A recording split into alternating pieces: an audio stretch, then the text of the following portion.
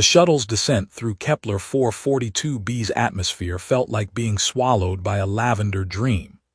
Adrian Cole pressed his face against the viewport, watching clouds the color of bruised plums streak past, and wondered, not for the first time, if running away to another planet was perhaps the most expensive midlife crisis in human history. Certainly more dramatic than buying a sports car. First time off-world?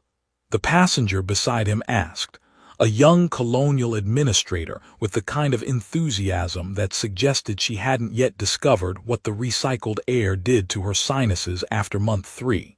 First time running away off-world, Adrian corrected, then immediately regretted his honesty. The divorce lawyer had advised him to stop oversharing with strangers.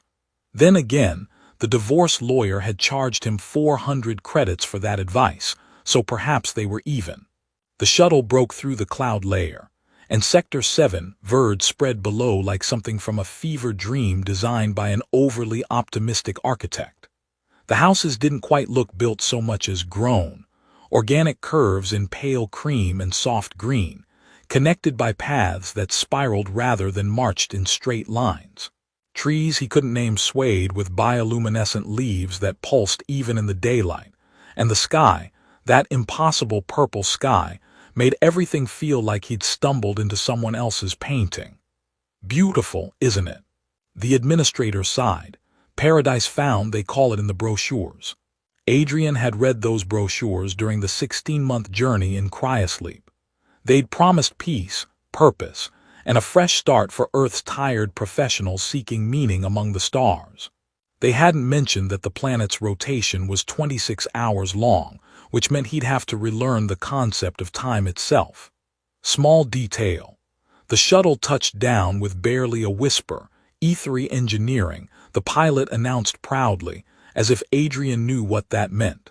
He'd been hired to study xenobotany at the local research station, which was ironic considering his actual doctorate was in xenobiology, and he'd spectacularly failed to understand even human biology, particularly the biology of maintaining a functional marriage. Plants seemed safer. Plants didn't ask why you worked late or why you'd forgotten your anniversary 3 years running. Customs was a blur of holographic forms and a cheerful AI that welcomed him to humanity's future while scanning his retinas.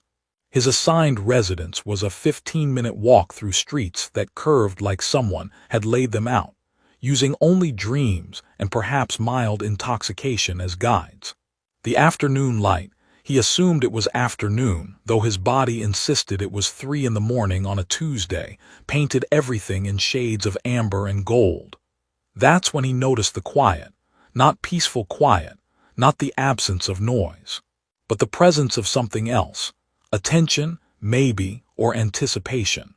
The kind of quiet that presses against your eardrums and makes the hair on your neck remember evolutionary responses to being watched by predators. Adrian turned slowly, scanning the street. Nothing. Just those beautiful grown houses with their oval windows and garden walls covered in flowering vines that released a scent like vanilla and electricity. But there, movement behind a window. And there, a door closing just a fraction too quickly. And there, was that a face watching from a second-story balcony? He laughed at himself, the sound too loud in the strange stillness. Paranoia, clearly. The cryosleep psychosis warning pamphlet had mentioned this. 16 months frozen, while your consciousness drifted through pharmaceutical dreams, could make anyone jumpy. His house was number 17, marked by a small holographic plate that shimmered his name in rotating script. The door recognized his biosignature and opened with a soft chime that sounded almost apologetic. Inside, the furniture had arranged itself according to the preference profile he'd filled out months ago. Desk by the window, reading chair in the corner, kitchen open to the living space. Everything exactly as requested, which somehow made it feel more alien than if they'd gotten it completely wrong. Adrian dropped his single travel case on the floor and walked to the window. The garden outside was already maintained, which the colonial package had promised. Automated systems, they'd said. He watched a small drone hover past, tending to flowers that looked almost but not quite like roses, if roses had decided to glow softly and hum at a frequency just below hearing. "Well, Adrian," he said to his reflection in the glass, "you wanted different, you certainly got different." A knock at the door made him jump so violently. He nearly knocked over a lamp that looked suspiciously organic. He opened it to find a woman standing on his threshold, and his scientist's brain immediately cataloged the details. While his social brain scrambled for appropriate greeting protocols, he'd definitely forgotten during the cryosleep. She was tall, taller than him by perhaps an inch, with silver hair that fell in a straight cascade past her shoulders. Her face was striking in that way that made you forget the rules of conventional beauty, all sharp angles and elegant proportion. But it was her ears that made him stare, just for a moment too long to be polite. They swept back from her skull in long, graceful points, almost elven in their structure, and he realized with the slow dawning of someone whose brain was still running on Earth time that she wasn't human at all. "Dr. Cole," she said, and her voice had a musical quality that made his name sound more interesting than it had any right to be. "I'm Lyra. I live next door, number 15. I wanted to welcome you to Sector 7 Verd." She held out a covered dish that steamed slightly, smelling of spices he couldn't identify. But that made his stomach remember it hadn't eaten anything that wasn't rehydrated in over a year. Thank you," Adrian managed, taking the dish. "That's incredibly kind. I'm Adrian, but you knew that obviously since you just said it, so I'm apparently still mastering the art of basic introduction." Lyra smiled, and something about it made him think of secrets. Not malicious secrets, just the kind of knowing that suggested she found his awkwardness more charming than pathetic, which was already an improvement over his ex-wife's opinion. "How long do you plan to stay?" she asked. It was such an odd question that Adrian laughed. "Well, indefinitely. I mean, I signed a 5-year contract with the research station, but I'm not exactly in a hurry to get back to Earth, so why do you ask?" "Just curious," Lyra said, but her eyes, he noticed they were amber, flecked with gold, held that same watchful quality he'd sensed in the street. "We don't get many humans in this sector. I hope you'll find it comfortable." "I'm sure I will," Adrian said, though he wasn't sure of anything except that this conversation felt like it was about something other than what they were actually saying. Lyra inclined her head in what might have been a bow or simply an elegant nod. He couldn't tell, and turned to leave. Then she paused, glancing back over her shoulder. "If you need anything at all, please don't hesitate to ask. We're all very interested in making sure you feel welcome." She walked down the path before he could ask what she meant by "we," or why the emphasis on interested made it sound like a research paper rather than neighborly concern. Adrian closed the door and stood in his new house on his new planet, holding a dish of food from his alien neighbor, and tried to remember if the brochures had mentioned anything about sectors populated entirely by women, with extraordinary ears and unnerving smiles. That night, lying in a bed that adjusted itself to his body temperature, and the house's AI playing something it assured him was optimal sleep frequency sound, Adrian stared at the ceiling and listened to the silence of Sector 7 Verd. Except it wasn't quite silent. There were footsteps outside, soft and measured, whispers that might have been wind through those bioluminescent trees or might have been voices too careful to be overheard. And once he could have sworn he heard someone laugh, musical and strange, followed by a shushing sound. He turned on his side and told himself it was just culture shock, just adjustment, just the normal paranoia of being 43 million miles from everything he'd ever known. But as he finally drifted toward sleep, Adrian couldn't shake the certainty that if he looked out his window right now, he'd see them. All of them, his new neighbors, standing in their gardens and on their balconies and in their doorways, watching his house with patient, curious eyes, waiting for something he didn't yet understand. Welcome to paradise, he thought. Population, you and everyone who's apparently very interested in what you'll do next. Adrian discovered the cameras on his third morning when he knocked over a potted plant, while doing what he generously called exercise, and what his physical therapist would have called flailing. The pot shattered. Apparently even alien ceramics obeyed basic physics, and he spent 20 minutes sweeping up soil and apologizing to the plant itself, which seemed excessive even for him. By evening, a replacement pot sat on his doorstep.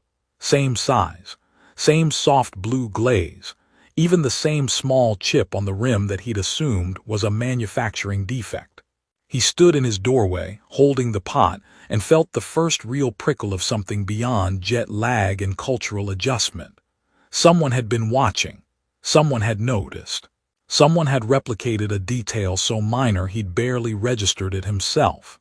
"Okay," he said to the empty street. "That's either incredibly thoughtful or incredibly creepy, and I haven't decided which." The research station provided a welcome distraction from his growing unease. Dr. Yuki Tanaka, the head of xenobotany, greeted him with the weary enthusiasm of someone who'd been doing everyone's job for 6 months while waiting for her new hire to arrive. "Thank God you're real," she said, pumping his hand. "I was starting to think you were an administrative fantasy. Do you know anything about phosphorescent symbiosis in root systems?" "Absolutely nothing," Adrian admitted. "Perfect. You'll figure it out. Lab 3 is yours. Try not to let anything eat you." The work was absorbing enough that Adrian could almost forget about Sector 7 Verd's peculiarities. Almost. But during his lunch break on day 4, he noticed something odd about his meal.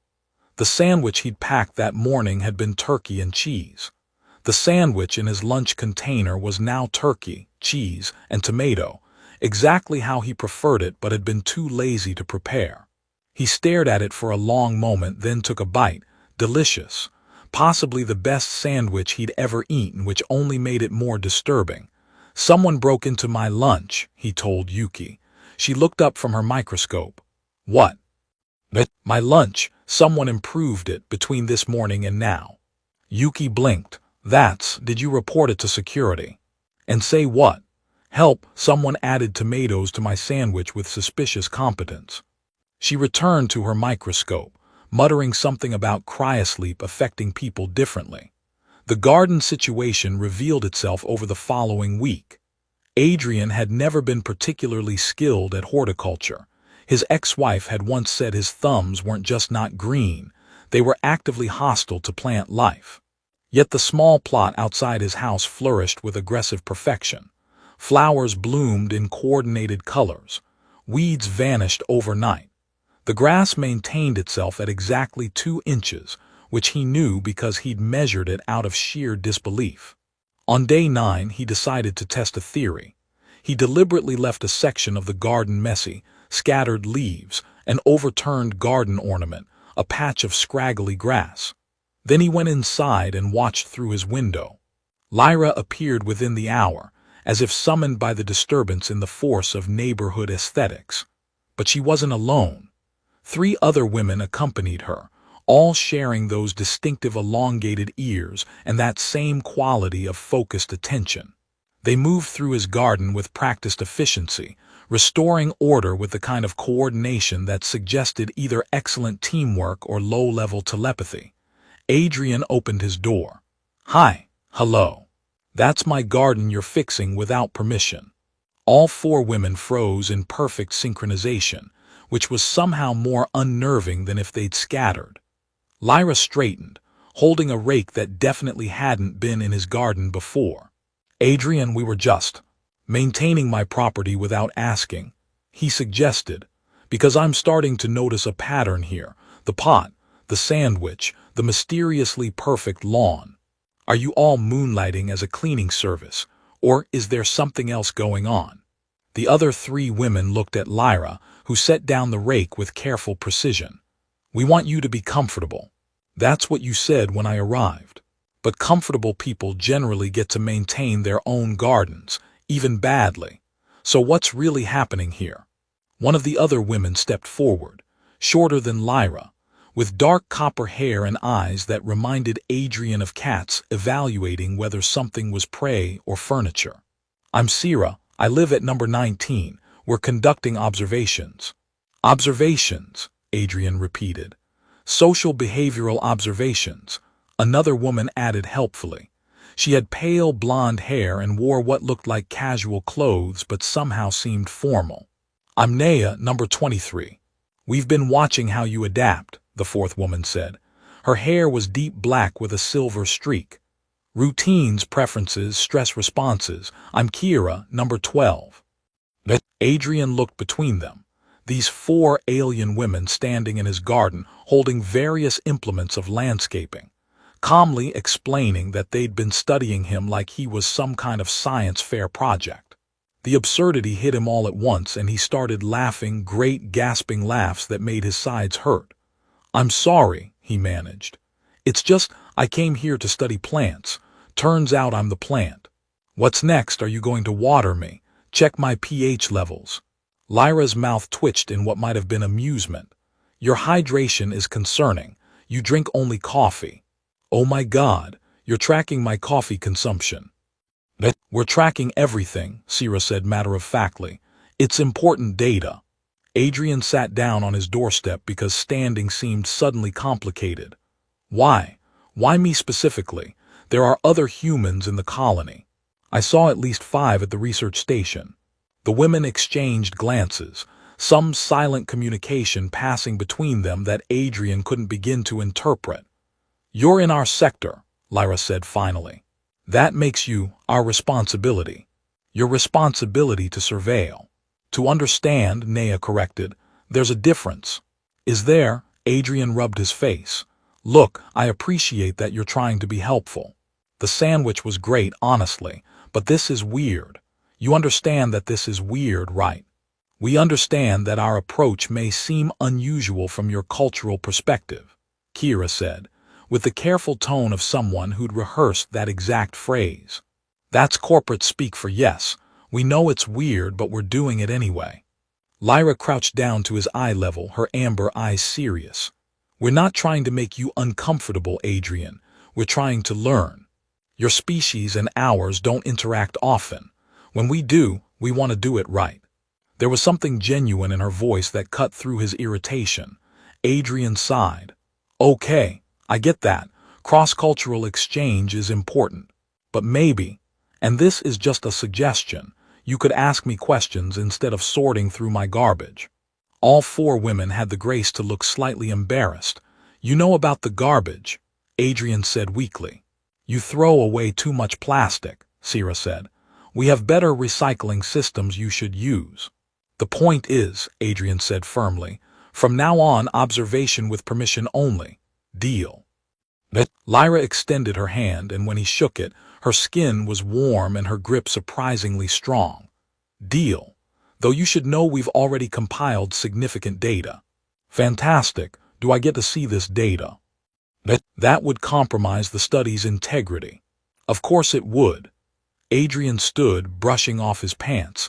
One question. Am I the only human you're studying, or is this happening to everyone in the colony? The women exchanged those looks again, and Adrian felt a chill despite the warm purple twilight settling over the sector. Just you, Lyra said softly. For now.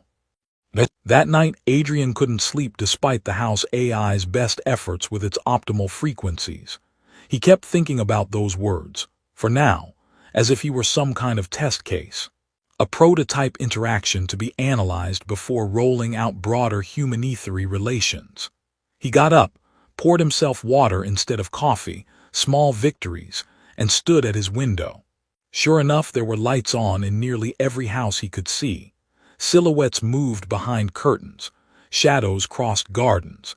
His data pad chimed with a message from Lyra. We really are trying to help. Sometimes helping looks like watching. Sorry if that's strange. Your species watches each other too, you just call it social media. Despite himself, Adrian smiled. She had a point. He typed back, fair, but at least on social media I chose to post the content. You're screenshotting my whole life without asking. 3 dots appeared then. Would you post your life if we asked? Adrian stared at the message for a long time. Would he?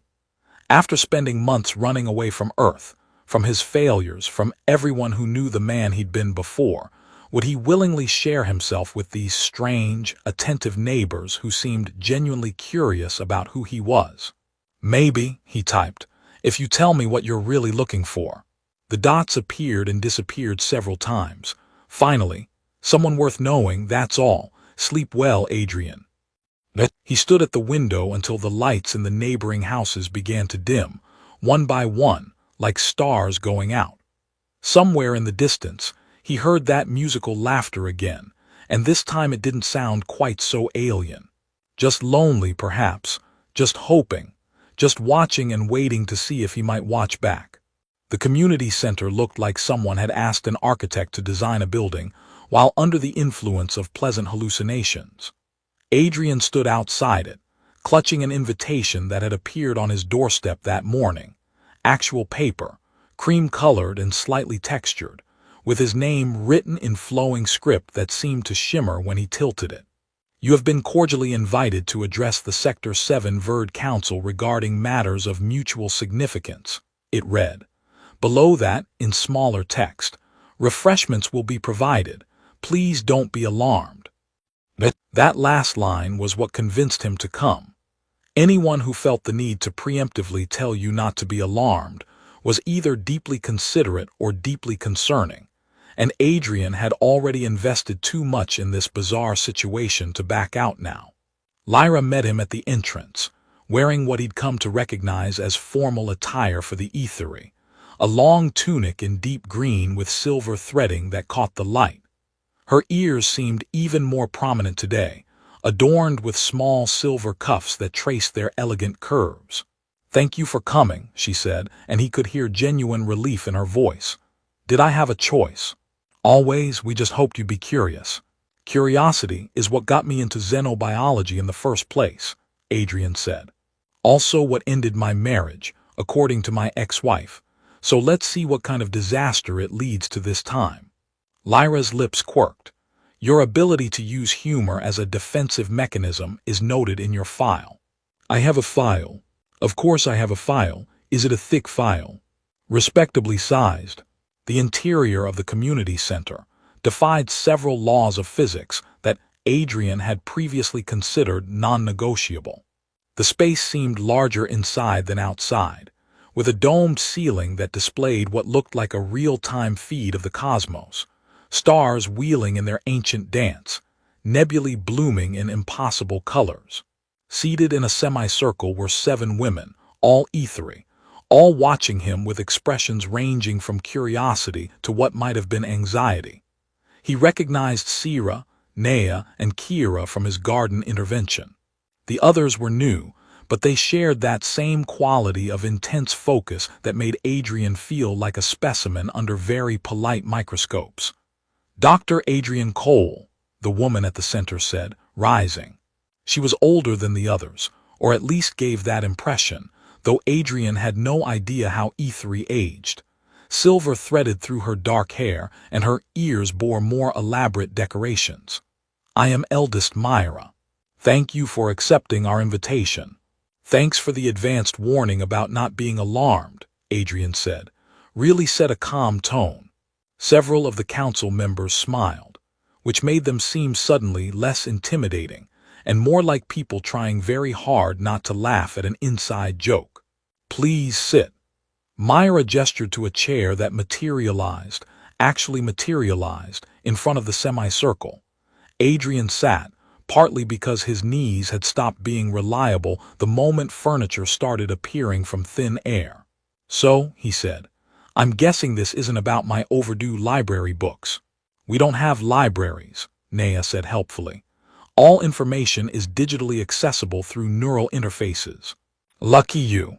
I still have to read things like an animal." Myra folded her hands, and her expression shifted to something more serious. "Adrian, what do you know about the ethery?" "Honestly, not much.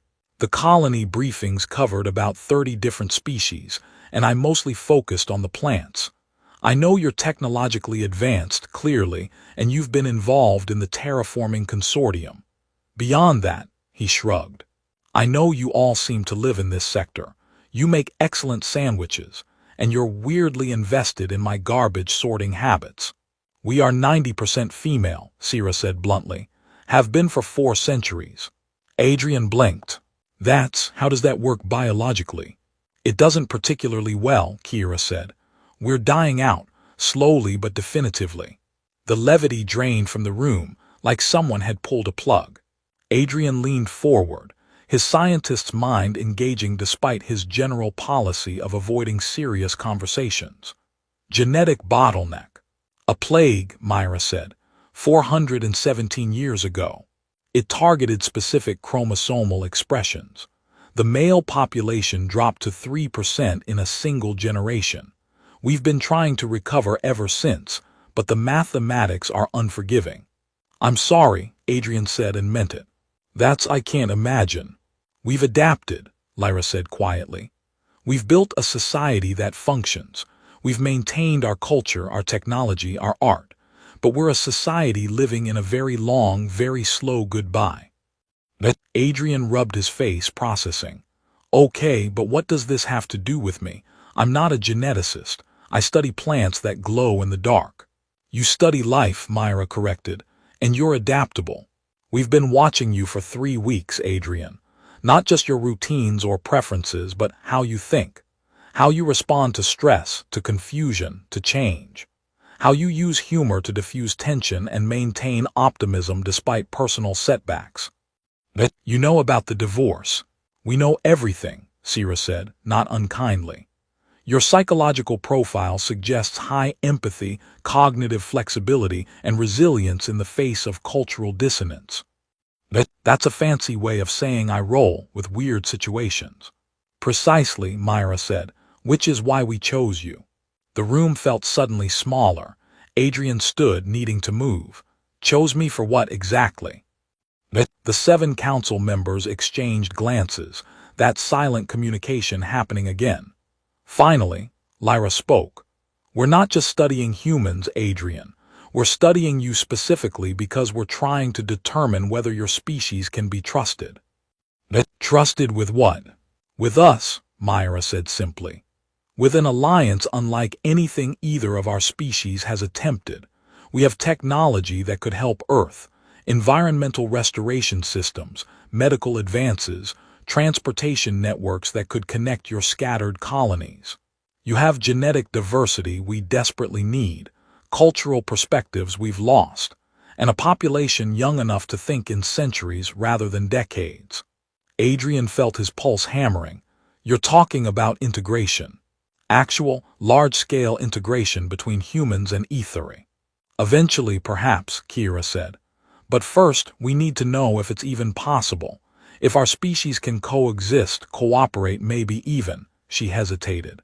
Interbreed, Adrian said, and was gratified when several council members looked uncomfortable. At least he wasn't the only one finding this conversation surreal. That's far in the future, if ever, Myra said firmly. Right now, we need to understand human psychology, particularly how humans react to Aethery social structures. You're our test case, Adrian. Your success or failure here determines whether we approach Earth officially or whether we remain separate species, sharing space but never truly connecting. No pressure then, Adrian said weakly. He walked to the edge of the room, staring up at the projected cosmos. So when you ask me how long I'm planning to stay, you're really asking whether I'm going to run screaming back to Earth and tell everyone that aliens are studying us like lab rats. Essentially, Lyra admitted. And the observation, the helpfulness, the general invasion of my privacy, that's all been you trying to figure out if humans and Aethery can actually be neighbors without one side getting weirded out and calling the galactic HOA. We don't have, Nea started. It's a joke, Adrian said. I'm processing through humor again. It's in my file, apparently. He turned back to face them. These 7 women who represented an entire dying civilization, and felt the weight of something enormous settling onto his shoulders. Not just his own future, but potentially the future of 2 species. Here's the thing, he said slowly. I came here running away from failure. From a career that went nowhere, from a marriage that fell apart, from feeling like I didn't matter on Earth. And now you're telling me I matter so much, that I'm basically humanity's unintentional ambassador to an alien species desperate enough to pin their hopes on one divorced botanist who can't even keep a cactus alive. You kept the Sansara plant in your lab alive, Sierra pointed out. Yuki was impressed. That's because I talked to it, which is apparently my coping mechanism for loneliness. And now you all know that because you've been watching me. And honestly, this is the weirdest therapy session I've ever had. Myra smiled, and it transformed her face from austere to almost warm. We're not asking you to represent humanity, Adrian. We're asking you to be yourself and let us learn from that. You've already taught us that humans use humor to process fear, that they're capable of kindness even when confused, and that they'll accept tomatoes in their sandwich as long as it's done well. Despite everything, Adrian laughed. That's your big takeaway, sandwich modification tolerance. It's more significant than you think, Lyra said seriously. It shows adaptability, openness to improvement, willingness to accept help even from unexpected sources. Adrian looked at each of them in turn. These alien women with their elegant ears and their impossible burden, their hope and their careful observation. He thought about Earth, about the messages he'd been ignoring from his ex-wife's lawyer, about the research station and Yuki's exhausted enthusiasm, about his garden that stayed perfect because people cared enough to maintain it. I need time, he said finally, to think about this, to figure out what it means. Of course, Myra said, take all the time you need. We've waited 4 centuries. We can wait a bit longer. But, Lyra added, standing, while you're thinking maybe you could stop by for dinner sometime, just as neighbors, no observation, no data collection, just people sharing food. People, Adrian repeated. People, she confirmed. He nodded slowly, then headed for the door. As he reached it, he turned back. For what it's worth, I think you're putting way too much faith in someone who still can't figure out the recycling system. We'll teach you, Sierra called out. We're very patient. Outside, the purple sky was darkening toward twilight, and the bioluminescent trees were beginning their evening glow. Adrian walked home through streets that felt less alien now, past houses where lights flickered on and people lived their lives, waiting and hoping and watching. Somewhere in the cosmos above, Earth spun on, completely unaware that its future might rest on whether one man could learn to be a good neighbor. No pressure at all. Adrian spent 3 days doing what he did best when faced with monumental decisions, obsessively researching things that didn't actually help. He read every file on E3 culture the colony database contained, learned that their plague had originated from a well-intentioned genetic modification gone catastrophically wrong, and discovered that their word for hope translated roughly to, the place where light hasn't died yet. That last part kept him awake at night. On the 4th day, he found Lyra sitting in his garden, not maintaining it, not observing, just sitting on the bench he'd never actually used, looking up at the purple sky with an expression he couldn't quite read.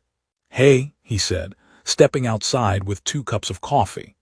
I'm trying this radical new thing where I offer beverages instead of accusing people of surveillance. She accepted the cup with a smile that seemed tired around the edges. Personal growth. That'll be good for your file. I thought we were done with the file. We are, old habits. She patted the bench and Adrian sat beside her, feeling the warmth of the afternoon sun, this planet's sun, binary stars that created those impossible purple sunsets on his face. I've been thinking, he said. I assumed.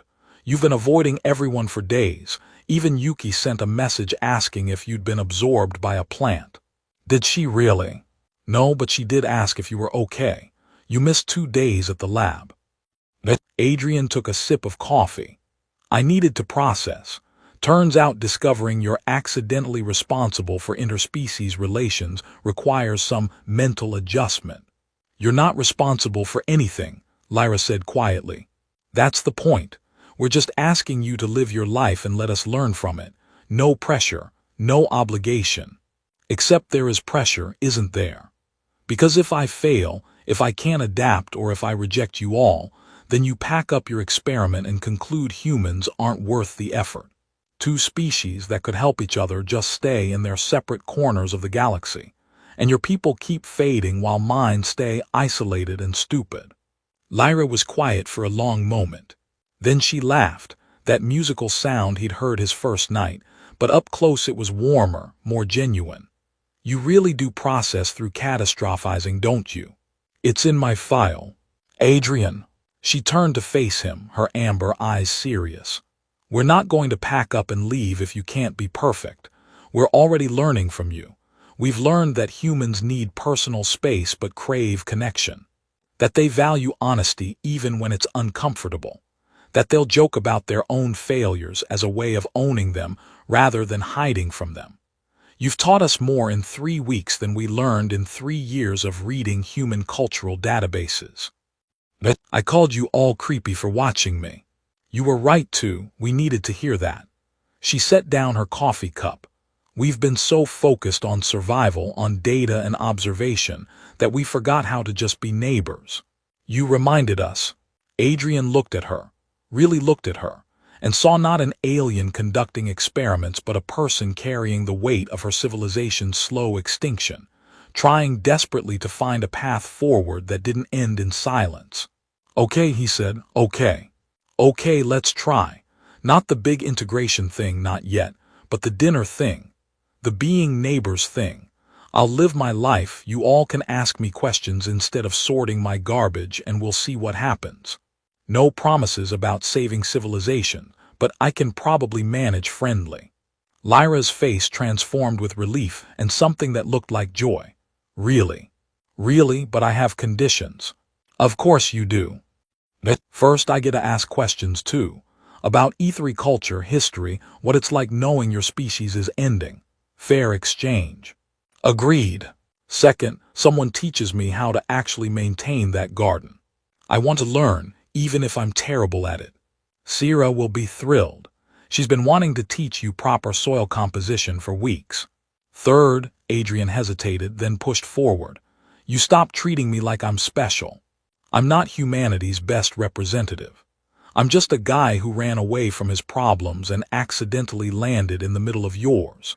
If this works, if humans and E3 can actually connect, it should be because we're all just people trying to figure out how to live together, not because I'm some magical test case. Lyra reached over and took his hand, her skin warm, her grip steady. You're not magical, Adrian, you're just willing to try. That's rarer than you think. The following weeks fell into a rhythm that felt less like observation and more like actual life. Adrian learned that E3 cooking involved ingredients that glowed faintly, and singing to encourage proper fermentation. He was terrible at both, but enjoyed trying. He taught Sierra about earth plants and discovered she had a wicked sense of humor about his former inability to grow anything. Nea showed him how to use the Ansible network to send messages across light years in real time, and he sent his first communication to Earth in months, not to his ex-wife's lawyer, but to his sister, who'd been worried. Kira turned out to be a musician, and her instrument looked like a harp designed by someone from another dimension. She played for him one evening, and the music made him understand why the E3 called hope, the place where light hasn't died. It sounded exactly like that, like defiance and beauty existing in the same breath. The sector council met monthly in the community center, and Adrian started attending, not as a test subject, but as a resident with opinions about everything from street maintenance to the bioluminescent trees that apparently needed pruning. He argued with Myra about resource allocation with the same energy he'd once used to argue with peer reviewers, and discovered that the eldest had a devastating wit when she chose to deploy it. His garden became something of a communal project. Sierra taught him about native plants, while Kira added decorative elements that glowed in patterns. Nea installed a small fountain that recycled water through what she called quantum filtration, which Adrian suspected was either brilliant science or complete nonsense. He was still learning which. Lyra just sat on the bench and offered commentary. usually along the lines of maybe don't plant that there unless you wanted to eat the neighbors. At the research station, Yuki noticed the change in him. You seem less like someone running away, she observed one afternoon while they examined a particularly aggressive vine specimen. Maybe I'm running toward something instead, Adrian said, then immediately felt embarrassed by how sincere that sounded. Good, whatever it is, keep doing it. You're better at your job when you're not radiating existential crisis. The real turning point came 3 months after the council meeting. Adrian organized what he called a cultural exchange potluck, and what Sierra called Adrian's excuse to teach us about human food and see if we survive it. Humans from across the colony came to Sector 7 Verd, wary at first but curious. The Ethery welcomed them with that same intense focus they'd once directed solely at Adrian, but tempered now with the lessons they'd learned. Ask before helping, respect boundaries, and always warn people before food starts glowing.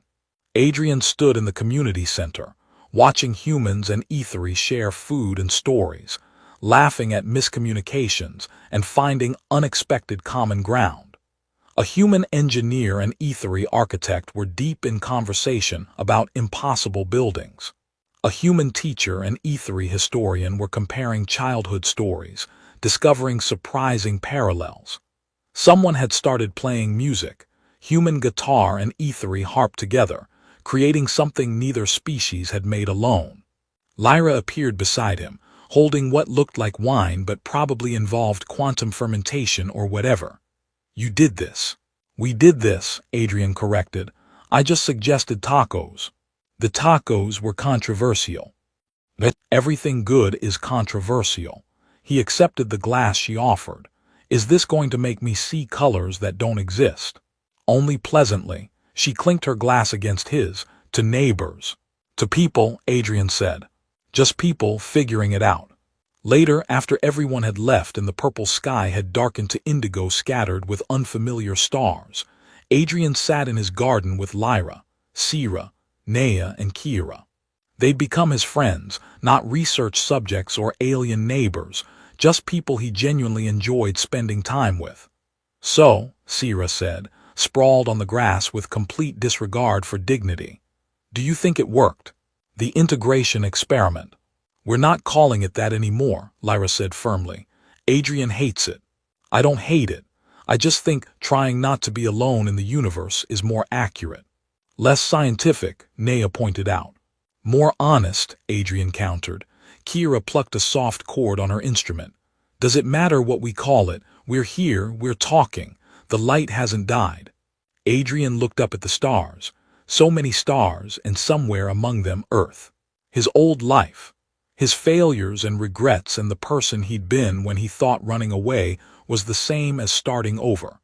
He'd left Earth trying to escape being seen, and ended up on a planet where people watched him constantly, and somehow that had taught him how to be visible again. How to be present. How to matter in the small, important ways that don't make history but make life worth living. I'm staying, he said suddenly. Past the 5-year contract. I'm staying here, if that's okay. Lyra smiled and the starlight caught in her eyes. We were hoping you would. Someone needs to maintain this garden, Sierra added. And you're still terrible at it. Also, we've gotten used to your coffee, Nea said. Ours is too efficient. Yours has character. Character is code for mediocre. Exactly.